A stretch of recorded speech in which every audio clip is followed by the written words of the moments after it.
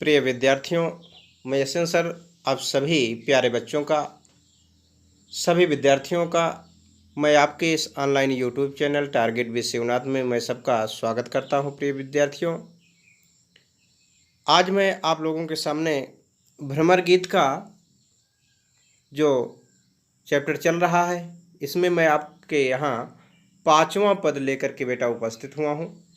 आप देखेंगे। सबसे पहले मैं इसके प्रसंग की चर्चा करूँगा। तो इसमें गोपियाँ जो है उद्धव से अपनी विरह व्यथा का वर्णन करते हैं। ठीक है, यदि आप प्रसंग लिखेंगे, संदर्भ की चर्चा इसके पहले वाली वीडियो में हो चुकी है दोस्तों। प्रिय बच्चों, तो जो प्रसंग की बात है, तो प्रसंग यदि आप डालना चाहते हैं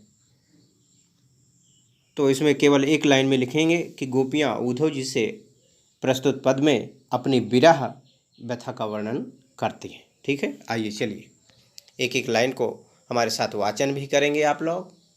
ठीक है बेटा, और इसके व्याख्या को भी आप समझते चलेंगे। चलिए देखिए। बिन गोपाल बैरनि भय कुंजय, बिन गोपाल बैरनि भय कुंजय, तब वलता लगति तन शीतल, तब वलता लगति तन शीतल, अब भई विषम ज्वाल के पुंजय।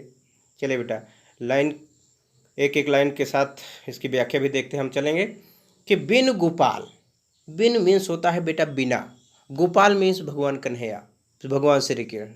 गोपिकाएं उद्धव जी से कहती हैं कि अय उद्धव, बिना गोपाल के, बिना कन्हैया के, बैरनि भय कुंजय। बैरन मीन्स होता है दुश्मन, बैरी। कौन हो गई हैं? कुंजय, कहा कि ये कुंज की लताएं, ये छोटे छोटे वृक्षों के लताएं, ये छोटे छोटे कुंजे क्या हो चुकी हैं? बिना गोपाल के, बिना कन्हैया के इन सभी कुंजों का जो बहना होता है, शीतल हवा देना होता है, ये सभी कुंजे, ये सभी वृक्ष क्या हो चुके हैं? हमारे दुश्मन के समान हो चुके हैं। फिर से देखेंगे। बिन गोपाल बैरनि भय कुंज, बिन गोपाल बैरनि भय कुंजय। ठीक है बेटा, समझ में आ रहा है कि बिना कन्हैया के, बिना उस भगवान श्री कृष्ण के ये सभी कुंजे, ये सभी छोटे छोटे वृक्ष हमारे क्या हो चुके हैं? बैरी हो चुके हैं, दुश्मन हो चुके हैं। आगे देखेंगे कि तब वही लता लगति तन शीतल, तब वही लता लगति तन शीतल। तब का मतलब है बेटा कि उस समय, यानी कि जिस समय भगवान कन्हैया यहाँ रहते थे। कहा कि तब वही लता लगति तन शीतल, कहा कि जिस समय, तब का मतलब उस समय, यानी कि जब भगवान यहाँ पर रहते थे, कन्हैया जी यहाँ पर रहते थे, तब वह लता, कहा कि इन लताओं से जो वायु निकलती थी वो क्या करती थी? तन शीतल, हमारे शरीर को शीतलता प्रदान करती थी। कहा कि जब कन्हैया रहते थे यहाँ पर, तब इन छोटे छोटे कुंजों से, इन छोटे छोटे लताओं से निकलने वायु क्या करती थी? हमारे शरीर के को शीतलता प्रदान करती थी। लेकिन अब भई विषम ज्वाल के पुंजे, अब भई विषम ज्वाल के पुंजे। कहा कि अब यही इन्हीं वृक्षों की जो हवाएं हैं, अब विषम ज्वाल, भयंकर ज्वालाओं की लपटों के समान, पुंजों के समान हो चुकी है। अर्थात अब यही वृक्षों की हवाएं हमको क्या दे रही हैं? अत्यधिक कष्ट उत्पन्न कर रही हैं। अर्थात अब इन वृक्षों की सुंदर हवाएं हमको बिल्कुल अच्छी नहीं लग रही हैं। चलिए बेटा आगे लाइन में। वृथा बहत जमुना खग बोलत, वृथा बहत जमुना खग बोलत। गोपिकाएं कहती हैं कि ऐ उद्धव, वृथा बहत यमुना, कहा कि अब ये यमुना अनायास ही बहती रहती हैं। अर्थात कहने का मतलब गोपिकाओं का यह है कि ऐ उद्धव, अब यमुना जी का बहना भी हमको बिल्कुल पसंद नहीं है। कहा कि ये उस समय, जिस समय भगवान कन्हैया यहाँ पर रहते थे, उस समय यमुना जी का बहना भी हमको बिल्कुल मनोरम लगता था, सुंदर लगता था। लेकिन अब वृथा बहती यमुना, कहा कि अब यमुना जी अनायास हमको लगता है कि ये बह रही हैं।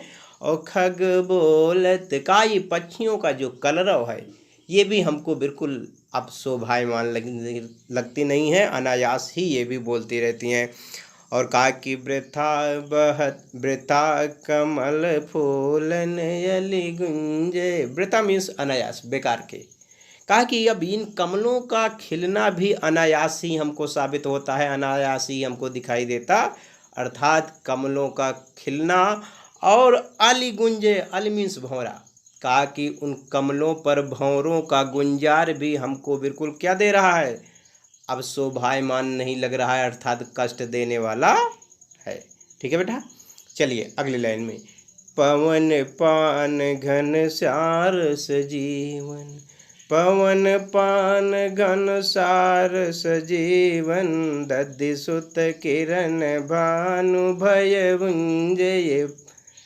और इस लाइन में गोपिकाओं ने क्या कहा उद्धव जी से कि उद्धव, पवन, कहा कि इन वृक्षों की हवाएं, और पान, और घनश्यार, घनश्यार मीन्स होता है दोस्तों प्रिय विद्यार्थियों कपूर होता है, और सजीवन, सजीवन का मतलब सजीवनी बूटी। ठीक है, कहा कि ये जो हवाएं थी, जो ये पान थी, जो ये कपूर थे, और जो ये संजीवनी थी, संजीवनी औषधि थी, ये कभी हमें शीतलता प्रदान करते थे, कभी हमको बिल्कुल ये ठंडक प्रदान करते थे, शीतलता देते थे।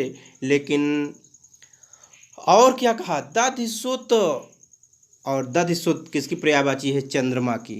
और कहा कि ये चंद्रमा की जो किरणें थी हमको बड़ी ही आकर्षक लगती थी, बड़ी ही शोभा प्रदान करती थी। लेकिन अभी यही दधिसुत किरण, कहा कि यही चंद्रमा की किरणें भानु भय भुंजय, भानु की किरणें के समान, भानु किसकी पर्यायवाची है बच्चों, सूर्य की।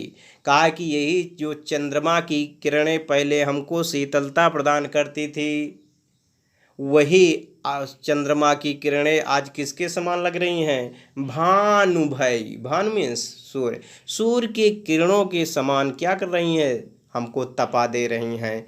भूंज, भुंजे मीन्स भूंजना। ठीक है, अर्थात यही चंद्रमा की किरणें सूर्य के तेज प्रकाश के समान, तेज गर्मी देने वाली किरणें के समान हो चुकी हैं। आगे देखिए बेटा, का कि यह उद्धव कहियो माधव सो, यह उद्धव कहिए माधव सो, मदन मार की नय हम लुंजय, मदन मार की नय हम लुंजय। गोपिकाओं ने कहा कि उद्धव जाकर के कहिए माधव सो, उस कन्हैया से कह देना, उस माधव से कह देना कि मदन मारी, मदन किसकी पर्यायवाची है बेटा, कामदेव की।